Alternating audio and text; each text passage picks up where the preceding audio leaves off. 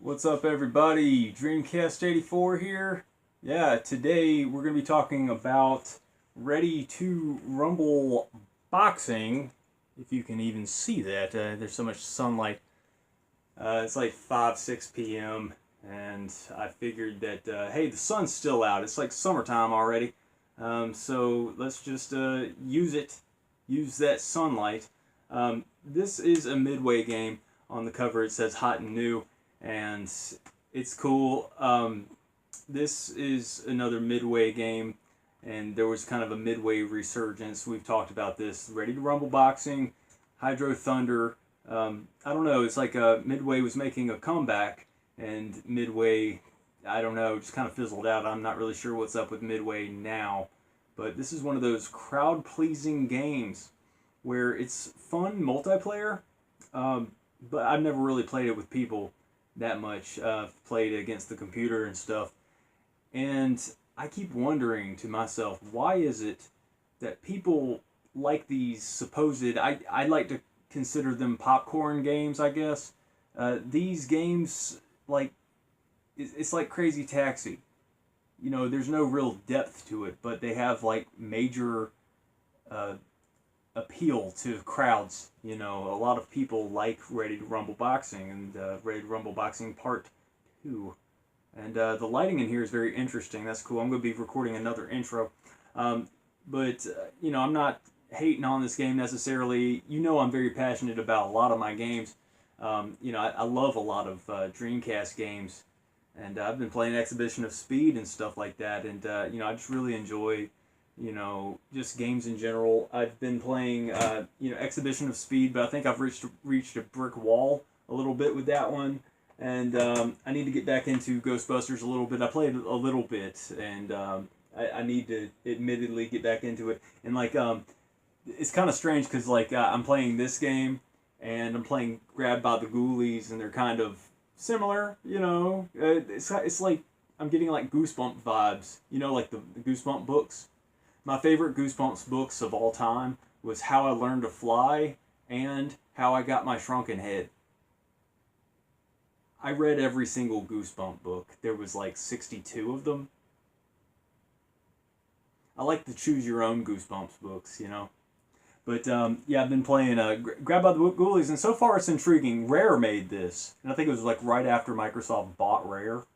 So that's cool. And actually, like, the save system for Spies vs. Spy is very odd, because you have to finish your complete mission. So I've been going with walkthroughs and stuff. And so far, so good. Not a perfect game, but I like Spy vs. Spy pretty good. And I went to Ollie's Bargain Outlet. Are you guys familiar with that? And I found this Will Elder, he was an artist or whatever for like original OG Mad magazines, and there's some like really good like spoof parody type stuff. Like I'm trying to find a good example of, you know, just the type of here's something with Batman on it. It just looks like really, I'm dropping games and stuff here, but it's just like really cool, interesting lighting in here, but really cool, you know, just animation, just really good,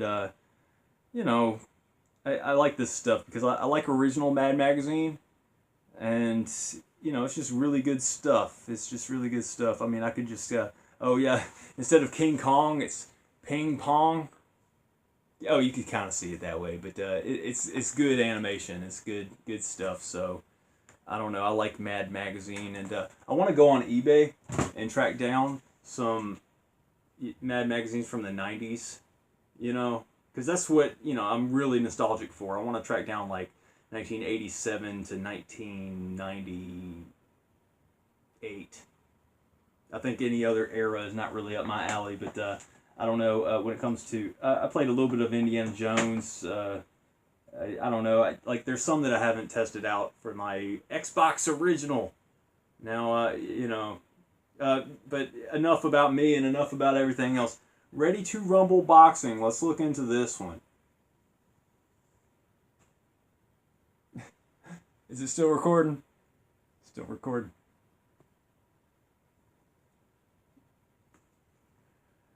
Tablets.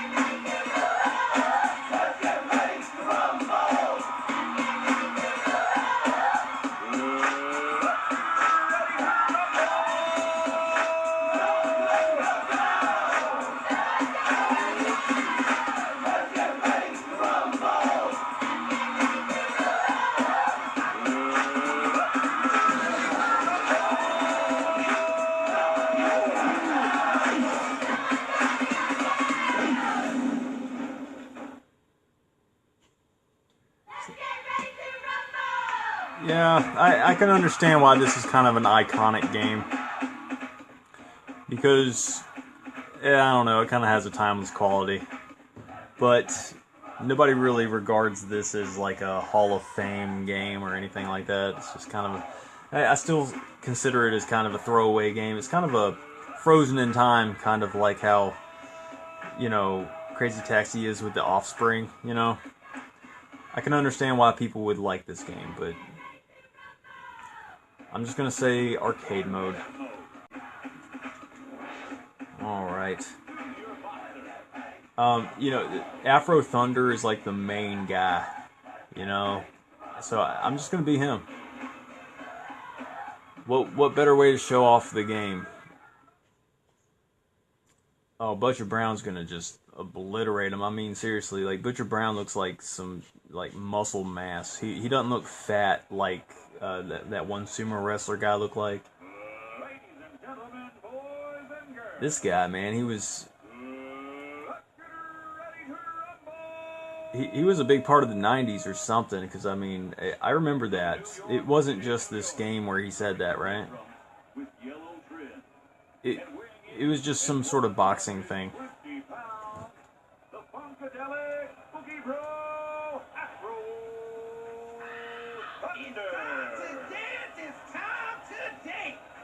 Wow, he sounds like some celebrity guy, but I can't put my finger on it. And weighing in at 232 pounds, the razor sharp Butcher Brown. Oh, he sounds like Mr. T. I think they were trying to go for celebrity racers because in Ready to Rumble Round 2, you could play as Bill and Hillary Clinton and I think Donald Trump even. And we're going to find out about that. I think that there's cheat codes and Game Shark stuff that you can do, but it's probably in the VMU backup CD. It's probably just, you know, you can unlock Bill and Hillary and have them fight each other. But you know, they just have one of those weird arranged marriages where they're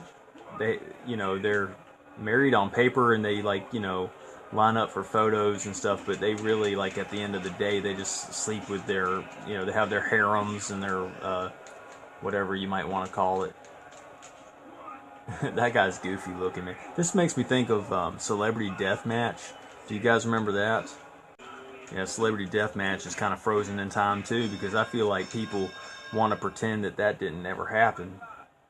I mean, it didn't really have any lasting appeal. A lot of those MTV, like, animated shows and stuff, they, I don't know. I think it played after Beavis and Butthead or something, didn't it? I think Beavis and Butthead ended before Celebrity Deathmatch started coming on, but I think it was around the same time Tom Green was a phenomenon. I love the multimedia that I grew up with. It was just very wonderful. Alright, let's just, for argument's sake, just pick a different person. Now, yeah. There are people that I've never even played as, probably, and I've played this game multiple times, but, I don't know. Big fat guy. Tank Thrasher. I think that I want to be him. I like that it doesn't, you know, time you. I don't remember Tank Thrasher as much. He looks like he belongs on a PS2 Twisted Metal game. All he's missing is a crazy vehicle and, you know, kinetic arms or something.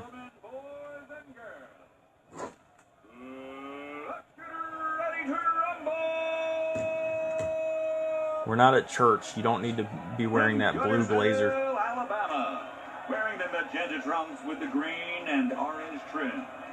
Weighing in at 290 pounds, the mouth from the south, Tank Thrasher. Whoa.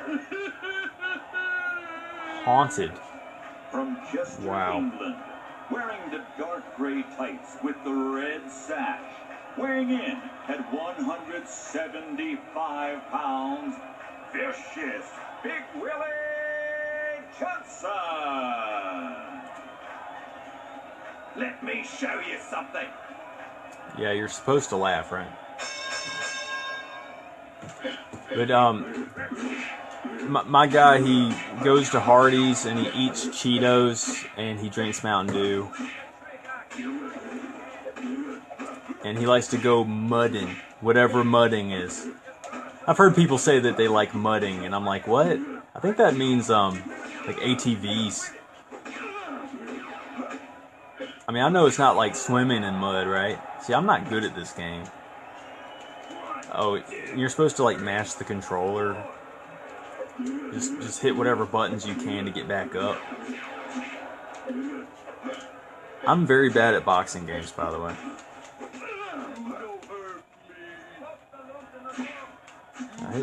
His nose is just purple. Oh, he's gonna do some super.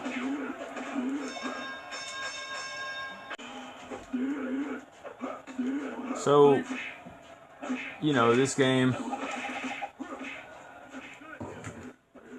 it's kind of frozen in time, like I said. The audience looks pretty good, despite the fact that there's only a few frames that they're moving at. But you know, it looks better than some of those, you know, NBA 2K games and stuff like that. It's a sufficient game, so, you know, of course I'm going to start at 5. I noticed that it has its fans. I know this, so that grants it a 6, but it's not a personal favorite of mine, so, you know, I'm just going to knock it down a peg, 5.5, because I just don't like this game. And these are my videos and my reviews, so I don't like this game particularly. So I'll give it a 5.5. And do I recommend? I only recommend to people who are already familiar with this franchise and are already fans. I'm not going to stop you from liking this game, you know. I say just use cheats and exploit it, see what kind of characters you got. It has this like funny charm to it, but gameplay, it just cramps my hands up. It's, you know, I like games where you know, find out what you do, and it's more methodical, kind of like platforming games, RPG games, strategy games, whatever. You know, I like those games a lot more than this. So yeah, 5.5. I don't really recommend. And yeah, thanks for watching.